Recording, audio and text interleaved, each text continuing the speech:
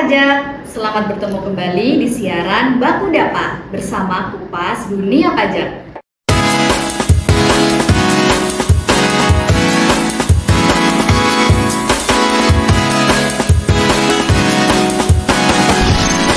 Podcast Baku Dapa bersama Kupas Dunia Pajak. Bersama saya Ulfa yang akan menemani siaran pada sore hari ini.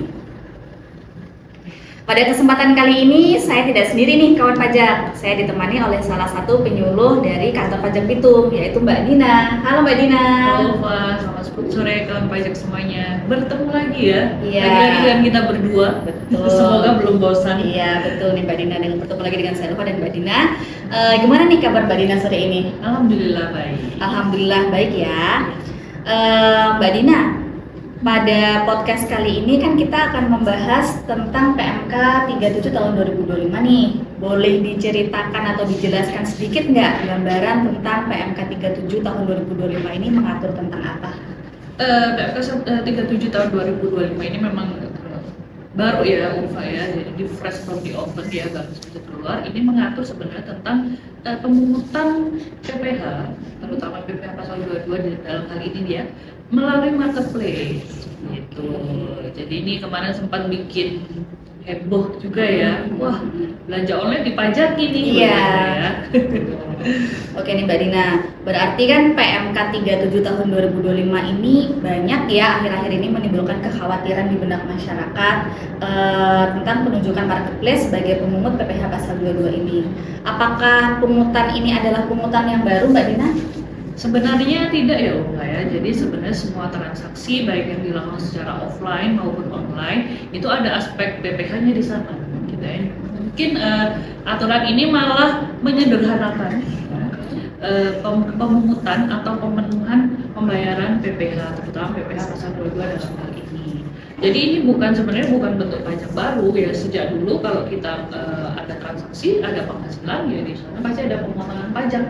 Nah, cuman sebelumnya ini belum diatur nih bagaimana mekanisme untuk pemungutan PPH atas transaksi yang dilakukan di marketplace. Nah, di PMK 37 ini diaturlah bagaimana mekanisme pemungutannya, dan ini hanya menggeser sebenarnya. Kalau dulu mungkin bagi yang sudah patuh begitu ya, melakukan penyetoran pajak sendiri. Nah ini sekarang nggak perlu setor sendiri ya, pemenuhannya langsung digeser ke marketplace-nya, jadi dipotong langsung oleh si e-commerce atau marketplace-nya ini gitu. Jadi sebenarnya seharusnya lebih memudahkan dan juga memberikan keadilan ya gitu, karena kalau yang offline tokonya kita bisa lihat begitu ya, jadi transaksinya tunai, nah itu biasanya lebih pencatatannya lebih oke begitu ya, lebih bisa dilihat, jadi mereka tahu berapa transaksinya,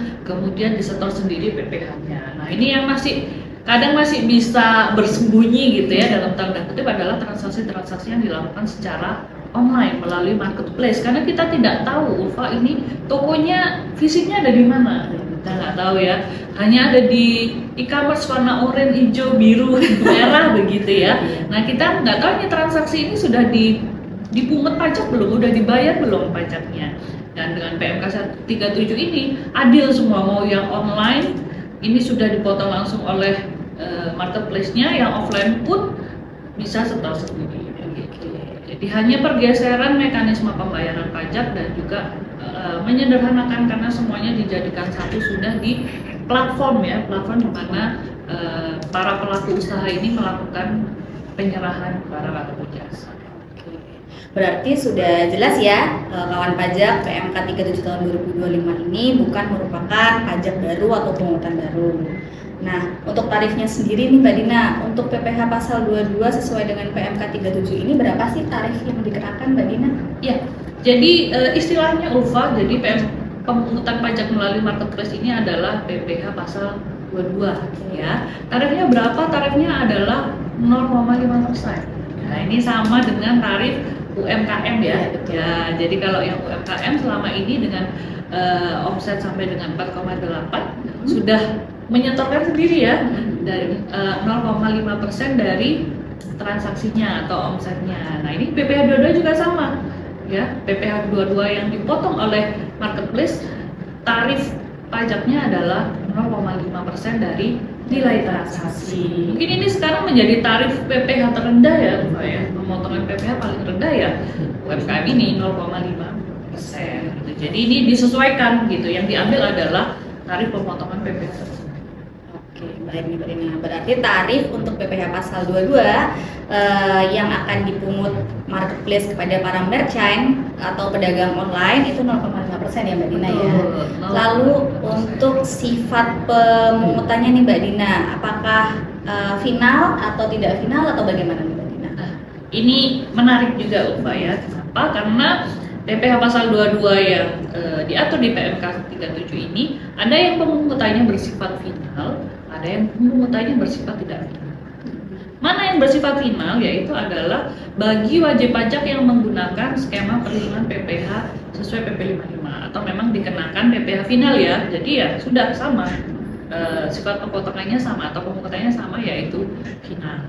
Nah, yang tidak final adalah bagi wajib pajak yang skema perhitungannya tidak menggunakan PPh final ya, PPh dengan tarif umum pasal 17. Ini sifatnya tidak final. Artinya apa? Bahwa pemungutan PPh pasal 22 ini bisa menjadi kredit pajak ya. Jadi bisa menjadi pengurang PPh di SPT tahunannya. Begitu. Jadi ada dua nih. Jadi nggak usah khawatir. Yang final ya dia tetap final. Yang tidak menggunakan tarif final dia tetap bisa menjadi kredit pajak atau bersifat tidak final. Oke nih Mbak Dina, berarti untuk sifat pemungutan PPh pasal 22 ini ada dua macam tergantung dari skema tarif yang digunakan oleh wajib pajak ya Mbak Dina. Betul. Ya. Ada yang final bagi wajib pajak yang menggunakan skema PP 55 dan juga ada yang tidak final untuk wajib pajak yang menggunakan skema PPh tarif umum atau PPh pasal 17. Oke Mbak Dina, kemudian nih bagaimana untuk UMKM OP yang omsetnya kurang dari 500 juta nih Mbak Dina, apakah ada ketentuan khusus atau sama dengan yang lain? Untuk orang pribadi yang menggunakan skema PPh final PP 55 yang omsetnya sampai dengan 500 juta, kita tahu ya di pengaturan PP 55 dia dikecualikan ya dari pengenaan PPh. Nah di PMK 37 pun juga sama. Jadi nggak perlu khawatir kawan pajak orang pribadi ya yang omsetnya sampai dengan 500 juta tidak akan dilakukan pemungutan oleh marketplace. Ya mungkin nanti dengan ada prosedur yang harus dilakukan ya, jadi harus menyampaikan surat pernyataan, semacam surat pernyataan bahwa omset memang belum melebihi dari 500 juta. Jadi kalau memang omsetnya masih di bawah 500 juta, lengkapi dokumennya gitu ya supaya tidak dilakukan pemotongan oleh e-commerce-nya. Berarti nih Mbak Dina untuk UMKM dengan omset kurang dari 500 juta tidak kena PPh pemungutan PPh pasal 22 sesuai dengan PMK 37 ini ya. Betul sekali. Oke, kemudian nih Mbak Dina, ada nggak sih ketentuan lain yang mengatur transaksi yang dikenakan PPh final 0,5% selain 0,5% misalnya untuk penyewaan tanah dan atau bangunan? Mengingat untuk sekarang ini e-commerce tidak hanya berjualan barang saja, tapi juga ada e-commerce yang menjual sewa tanah dan atau bangunan. Adakah ketentuan khususnya Mbak Dina? Ya Ufa, jadi memang bisnis digital itu sedang berkembang ya. Jadi yang sekarang yang dijual online itu tidak hanya barang tapi juga jasa gitu lah. Ada mungkin jasa-jasa yang pengenalan PPh-nya itu tarifnya tidak 0,5% begitu ya. Contohnya mungkin yang paling gampang adalah sewa tanah atau dan bangunan ya. Itu sebenarnya harusnya dikenakan pemotongan PPh final 10% gitu ya. Atau jasa konstruksi itu juga tarifnya tidak 0,5%. Ada beberapa jenis tarif ya untuk jasa konstruksi. Nah ini bagaimana nanti pemenuhan kewajiban pembayaran dari PPh final yang seperti ini? Nanti di PMK 37 ini sudah diatur bahwa marketplace tetap hanya akan memotong sebesar 0,5% dari nilai transaksi. Nah yang jadi pertanyaan adalah terus sisanya gimana? Ya. Apakah pengenaan pajaknya jadi lebih rendah ya, gitu betul, dari 10% ke 0,5% gitu ya? Enggak, jadi sisanya gitu atau selisihnya yang belum dipotong oleh marketplace akan disetor sendiri oleh wajib pajak itu. Jadi kalau misalnya Ulfa nih ya menggunakan jasa sewa tanah dan bangunan melalui marketplace, nanti marketplace akan memotong PPh 22,5% dari nilai transaksi. Nah, 9,5%-nya itu harus Ulfa setor sendiri ya, dengan mekanisme membuat billing gitu ya, ataupun dipotong setor sendiri melalui e-Bupot dan nantinya dilaporkan di SPT verifikasi. Begitupun untuk yang lain ya, kawan pajak dan Ulfa misalnya Jaskon dan lain-lain itu juga untuk selisih ya dari tarif yang seharusnya dikenakan itu harus disetor sendiri oleh wajib pajak itu. Seperti itu. Oke nih Mbak Dina, berarti untuk wajib pajak yang dikenakan tarif final selain 0,5% seperti sewa tanah bangunan ataupun jasa konstruksi tetap dipungut PPh pasal 22 ya Mbak ya, cuma sisanya yang 9% sekian itu akan selisihnya lah. Selisihnya kan harus disetor sendiri oleh wajib pajak. Kemudian nih Mbak Dina, dari tadi kan kita sudah bicara tentang tarif, kemudian tentang sifat, kemudian untuk ketentuan lain yang mengatur sesuai dengan omset wajib pajak ataupun tarif yang selain 0,5%. Ada nggak sih pengecualian yang diatur oleh PMK 37 ini? Oke. Ada ya, jadi PMK 37 juga mengatur pengecualian, ada transaksi-transaksi yang dikecualikan dari pemungutan PPh 22 sesuai PMK 37 ini. Yang pertama tadi ya, yaitu wajib pajak orang pribadi yang memiliki peredaran bruto sampai dengan 500 juta. Syaratnya dengan menyampaikan surat pernyataan bahwa omsetnya memang belum melebihi 500 juta, maka tidak akan dilakukan pemotongan. Yang kedua yaitu adalah jasa pengiriman atau ekspedisi ya, jadi itu juga tidak dikenakan pemotongan PPh pasal 22 ini. Jadi kalau misalnya kita belanja online kan ada ongkir ya, nah itu atas jasa pengirimannya itu tidak dilakukan pemotongan. Yang selanjutnya adalah yaitu jika pedagangnya ya atau tenan dari marketplace ini memang memiliki surat keterangan bebas pemotongan PPh, nah itu juga tidak akan dilakukan pemotongan.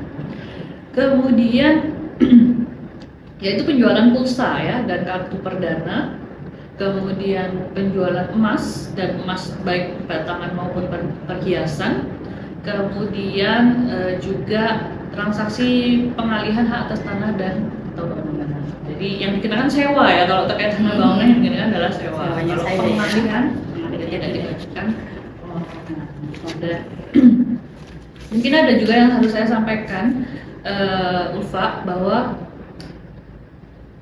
untuk pemotongan ini bukti tidak akan dibuat bukti potong standar ya, seperti di Kotex atau melalui e-Bupot. Jadi bukti transaksi atau nota penjualan itu sudah menjadi dokumen yang dipersamakan dengan bukti potong gitu. Jadi nanti ketika mungkin akan dikreditkan, terutama ya bagi yang akan mengkreditkan, yang diinput sebagai nomor bukti potong adalah nomor invoice-nya ya atau nota penjualannya. Jadi memang marketplace tidak akan membuat lagi bukti potong standar atau bukti potong standar di melalui Kotex ya.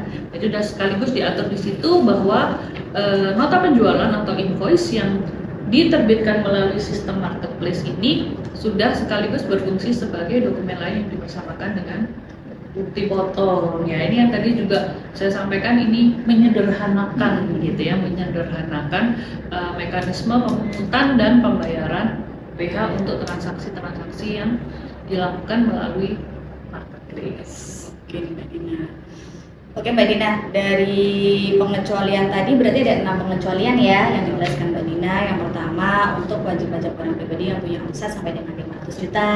Kemudian yang kedua untuk jasa ekspedisi sebagai mitra dari penjualan online tadi. Yang ketiga, apabila memang penjualan barang atau jasa dari pihak penjualnya memang memiliki SKB.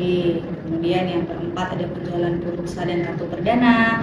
Kemudian ada penjualan emas batangan dan juga emas perhiasan oleh pabrikan. Dan yang terakhir untuk pengalihan tanah atau bangunan, itu semua tidak dikenakan pemungutan PPh 22 sesuai dengan PMK 37 ini. Nah Mbak Dina, sebenarnya untuk apa sih atau tujuan dari diterbitkannya PMK 37 ini apa saja? Oke, tadi sudah kita bahas juga ya sebenarnya. Yang pertama adalah kemudahan dalam memenuhi kewajiban pajak ya. Jadi lebih sederhana karena semuanya terintegrasi dalam platform yang sama di mana mereka melakukan kegiatan usaha, yaitu si marketplace atau e-commerce ini. Yang kedua yaitu menciptakan keadilan tadi ya. Jadi mau dia pedagang offline, online ya, semuanya dapat memenuhi kewajiban pajaknya. Gitu. Kemudian yang ketiga tentunya adalah memperkuat pengawasan ya, atau istilahnya menutup celah shadow ekonomi. Tadi seperti kita bahas juga di awal bahwa perdagangan online itu tidak kasat mata gitu ya. Kita tidak tahu tokonya di mana, pemilik aslinya siapa. Mungkin kita hanya tahu nama-nama toko online-nya gitu. Jadi mungkin mereka bisa bersembunyi gitu ya dari transaksi-transaksi yang mereka lakukan secara online. Nah, dengan dia sudah pemotongan dilakukan di platform yang sama gitu, mau menggunakan nama apapun ya, siapapun pemiliknya, maka marketplace akan melakukan pemotongan PPh pasal 22, dan ini tentunya memudahkan pengawasan itu tadi. Dari tujuannya intinya kemudahan dan keadilan ya Mbak Dina ya. Oke nih Mbak Dina, kita sudah sampai di penghujung siaran Bakudapa sore ini. Mungkin ada Mbak Dina ada tambahan sepatah dua patah kata untuk kawan pajak yang sedang menyaksikan siaran hari ini? Jangan takut PMK 37 ya, karena memang ini bukan jenis pajak baru. Kita malah dimudahkan ya dengan adanya PMK 37 ini. Tetap semangat buat kita ya, karena pajak kita yang akan ikut membangun, betul, ikut serta dalam pembangunan negeri ini. Baik Mbak Dina, terima kasih atas siarannya pada Bakudapa sore ini. Terima kasih juga untuk penjelasan. Semoga penjelasan dari Mbak Dina tadi cukup mencerahkan bagi kita semua ya bahwa PMK 37 tahun 2025 ini bukan merupakan pungutan baru Mbak Dina ya. Oke kawan pajak, sampailah kita di akhir sesi Bakudapa sore ini. Untuk menutup sesi hari ini saya ada pantun nih untuk kawan pajak. Makan bakso di pinggir jalan, tambah rica dan kecapnya. Sampailah kita di penghujung siaran. Sampai jumpa di siaran berikutnya. Sampai jumpa kawan pajak. Podcast Bakudapa bersama Kupas Dunia Pajak.